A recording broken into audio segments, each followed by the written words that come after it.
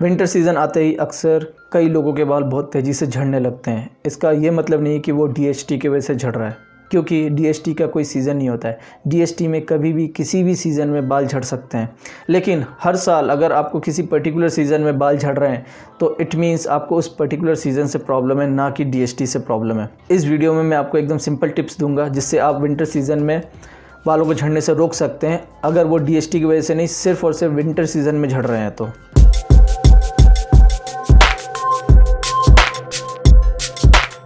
Hello, मेरा नाम है मृणाल विश्वास। स्वागत है आप सभी का जेन्युइन टिप्स पर। तो चलिए शुरू करते हैं। विंटर सीज़न में बाल झड़ने का सबसे मेन कारण है मॉइस्चर का उड़ जाना, जिस वजह से स्कैल्प एकदम ड्राई हो जाता है। वहाँ पर डैंड्रफ बनने लगते, बाल एकदम ड्राई, रूखे, बेजान हो जाते हैं, उलझने लगते हैं और इस वजह से झड़ने लगते हैं।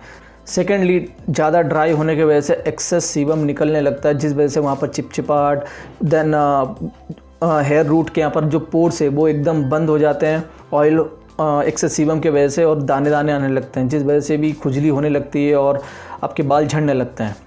तो आपका मेन टारगेट होना चाहिए जैसे भी हो स्कैल्प के यहाँ पर मॉइस्ट बना के रखना। सेकेंड पॉइंट, विंटर सीज़न में ज़्यादा ठंड के वजह से ब्लड सर्कुलेशन सही से नहीं होता है। आप नोट कीजिएगा कि जब भी विंटर सीज़न आता है, ज़्यादा ठंड की वजह से हमारे हाथ पैर सही से काम नहीं करने लगते हैं, क्योंकि जो ब्लड है वो ब्लड फ्लो सही से होने नहीं लगता है। और जैसे ही आप आग के यहाँ पर हाथ को सेकते हैं, पैरों को सेकते हैं, तो आपका जो हाथ पैर अच्छे से काम करने लगता है, क्योंकि ब्लड फ्लो होने लगता है। ऊपर से हमारा जो सर है वो तो ऑलरेडी एक्सपोज्ड रहता है, तो जो आउटर लेयर है वहाँ पर ब्लड फ्लो सही से नहीं होता है, जिसका एक मेन कारण है कि डैंड्रफ बनना और ब्लड सर्कुलेशन सही से नहीं होने की वजह से बाल झड़ने लगते हैं। तो यहाँ पर भी ये डीएचटी की वजह से भी बाल नहीं, ब्लड सर्कुलेशन सही से नहीं होता। लेकिन सेकंड रीज़न ये भी है कि ज़्यादा अगर ठंड हो तो उस चक्कर में भी आपका जो है यहाँ पर ब्लड सर्कुलेशन सही से नहीं होता है और बाल झड़ने लगता है। तो आपको क्या करना है, अंदरूनी तौर पर अंदर से आपका जो है बॉडी को गर्म रखना है और ब्लड फ्लो को मेंटेन रखना है।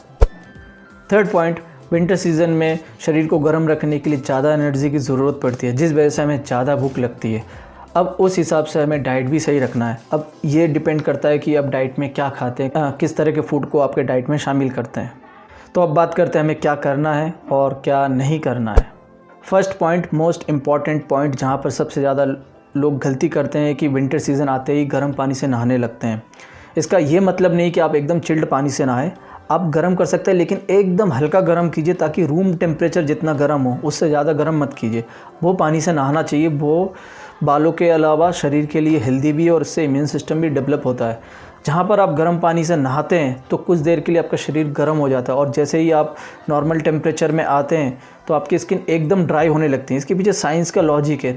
आपका जो नॉर्मल बॉडी टेम्परेचर है वो रहेगा। अब अगर आप नॉर्मल ठंडा पानी से नहाएंगे तो बॉडी उस हिसाब से एडजस्ट कर लेती है, लेकिन जैसे ही आप एक्स्ट्रा वो थोड़ा गर्म पानी से नहाएंगे तो आपका नॉर्मल टेम्परेचर से कुछ देर के लिए बॉडी थोड़ा गर्म रहेगा, और जैसे ही बाहर आएंगे एकदम से मॉइस्चर उड़ जाता है और आपकी स्किन ज़्यादा ड्राई होने लगती है।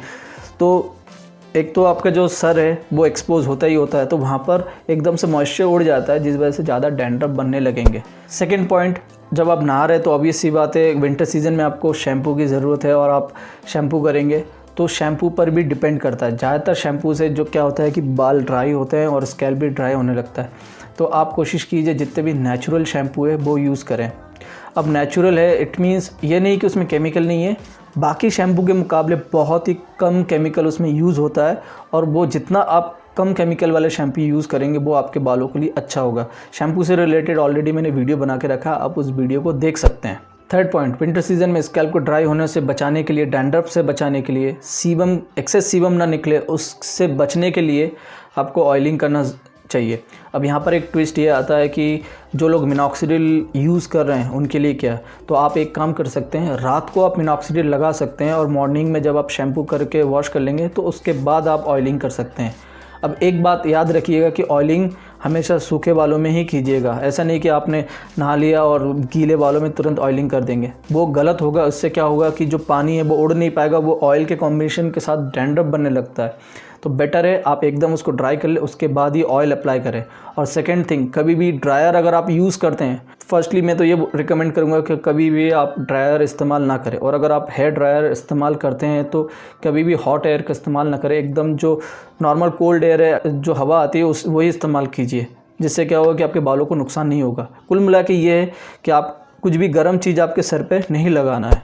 फोर्थ पॉइंट, एक और मोस्ट इम्पॉर्टेंट पॉइंट ये है कि आपको अंदर से जो ब्लड सर्कुलेशन उसको मेंटेन रखना है, जिसके लिए आपको दिन भर गुनगुना गर्म पानी पीना है। मैं तो यही रिकमेंड करूंगा कि समर हो या विंटर हो, ऑल सीज़न आपको गुनगुना गर्म पानी पीना चाहिए, जो कि मैं करता हूं, ताकि आपका जो ब्लड फ्लो है वो ऑलवेज़ मेंटेन रहे, अच्छे से सर्कुलेट हो। अगर आप समर में नहीं कर पाते तो धीरे धीरे आदत डालिए, बट विंटर सीज़न में ज़रूरी है आपको गुनगुना गर्म पानी पीना है। आप नोट करेंगे जैसे ही आप गुनगुना गर्म पानी पिएंगे तो आप अंदर से गर्माहट महसूस करेंगे और आप बिना स्वेटर के बाहर निकल सकते हैं। आपको ज़्यादा ठंड भी नहीं लगेगी, आपको पता भी नहीं चलेगा, क्योंकि आपका ब्लड फ्लो अच्छे से होने लगता है। विंटर सीज़न में एटलीस्ट आप 2.5 से 3 लीटर ज़रूर पीजिए। फिफ्थ पॉइंट, एक और मोस्ट इंपॉर्टेंट पॉइंट ये है कि विंटर सीज़न में हमें भूख बहुत ज़्यादा लगती है, क्योंकि हमारे शरीर को गर्म रखने के लिए एनर्जी की ज़्यादा ज़रूरत पड़ती है। तो ऐसे में ज़रूरी है कि हम हेल्दी खाने से पेट को भरें, ना कि अनहाइजेनिक ऑयली फूड से भरें।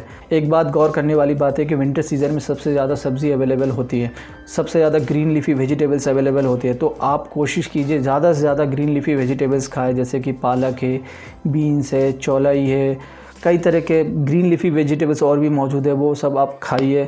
सेकेंडली, सलाद बहुत अवेलेबल है, जैसे कि गाजर, बीटरूट, खीरा, मूली, ये सब आप खाइए। इनमें विटामिन और मिनरल्स बहुत ज़्यादा मौजूद है। ये ना सिर्फ आपके शरीर में विटामिन और मिनरल्स की पूर्ति करता है, इसके अलावा आप एनर्जेटिक भी फील करेंगे और जो बालों को न्यूट्रिशंस चाहिए वो भी कम्प्लीटली अवेलेबल होता है। सेकेंडली, यही सीज़न है जहाँ पर सिट्रस फ्रूट्स अवेलेबल है, स्पेशली आंवला, और मैं हर साल आंवले पर फोकस करता हूँ। अभी भी मैं बोल रहा हूँ आंवला अवेलेबल है, आपको सस्ते रेट में मिल जाएगा। आप सिर्फ जो पैक्ड फूड है उस पर डिपेंड मत रहिए, वो तभी यूज़ कीजिए जब मार्केट में आंवला अवेलेबल नहीं हो। अभी अवेलेबल है तो मुरब्बा बनवा लीजिए, चूरन बनवा लीजिए, आंवले का अचार बनवा लीजिए। नॉर्मली 1-2 आंवला खाइए, कैसे भी हो आंवला आप लीजिए। विटामिन सी भरपूर मात्रा में मौजूद है, जो न सिर्फ इम्यून सिस्टम को बढ़ाने का काम करता है, इसके अलावा बालों से लेकर स्किन से लेकर हर चीज़ के लिए बेनिफिट है। और सेकेंड थिंग, वीक में एटलीस्ट 2 से 3 बार अदरक पानी पीजिए, अदरक का जूस बनाइए, 2-4 चम्मच अदरक का जूस गुनगुना गर्म पानी में मिक्स करके पीजिए। इससे आपका जो अंदरूनी ब्लड फ्लो है बहुत अच्छे से इम्प्रूव होगा। 6 पॉइंट, डेली आप काजू बादाम, किशमिश, पम्पकिन सीड्स दूध में मिलाकर अवश्य पिए। आप क्या कर सकते हैं, रात में 5 से 6 बादाम भिगो दीजिए और साथ में आप चाहे तो पम्पकिन सीड भिगो सकते, नहीं भिगोएगे तो भी चलेगा। बाकी काजू बादाम, किशमिश, इन सबको अच्छे से पीस कर डेली दूध के साथ लीजिए। इसके अलावा आप फ्लैक्स सीड्स 1 चम्मच ज़रूर खाएं। आप हल्का सा बिना ऑयल के उसको तवे पे फ्राई कर लीजिएगा, रोस्ट कर लीजिएगा हल्का सा, देन उसको आप मिक्सी में पीस कर दही के साथ भी ले सकते हैं। अगर विंटर सीजन में आप दही को अवॉइड कर रहे हैं देन नॉर्मली 1 चम्मच वैसे भी खा सकते हैं। फ्लैक्स सीड्स में ओमेगा 3 फैटी एसिड भरपूर मात्रा में मौजूद है। इसके अलावा चिया सीड्स में भी omega 3 fatty acid, iron, calcium, ये सब भरपूर मात्रा में मौजूद है। प्रोटीन भरपूर मात्रा में मौजूद है, बालों के लिए बहुत ही हेल्दी है। तो आप चिया सीड भी एटलीस्ट ना करके भी 3 दिन तो हफ्ते में लीजिए, जो कि हेल्थ के लिए बहुत ही हेल्पफुल है, फाइबर युक्त है, डाइजेशन के लिए बहुत ही बेनिफिट करता है। ये जो टिप्स है स्पेशली विंटर सीज़न के लिए, जहाँ पर आपके अगर सिर्फ विंटर सीज़न में झड़ते हैं तो इन सब चीज़ों को फॉलो कीजिए, बहुत ही हेल्पफुल होगा और आपके हेयर फॉल कंट्रोल हो जाएगा। और अगर आपके जीएसटी की वजह से बाल झड़ रहे हैं तो इसके लिए मैंने कई सारे वीडियोस बनाए हैं, आप उन वीडियोस को देखिए और फॉलो कीजिए, आपको बहुत ही बेनिफिट होगा। उम्मीद करता हूँ इन्फॉर्मेशन बहुत ही हेल्पफुल है। ऐसे ही जेन्युइन टिप्स के लिए प्लीज़ मेरे चैनल को सब्सक्राइब कर लीजिए। वीडियो अगर सही लगे तो वीडियो को लाइक कीजिए, वरना आप डिसलाइक कर सकते हैं। और मैं उम्मीद करूँगा कि आप इस वीडियो को ज़्यादा से ज़्यादा लोगों तक शेयर करेंगे। धन्यवाद।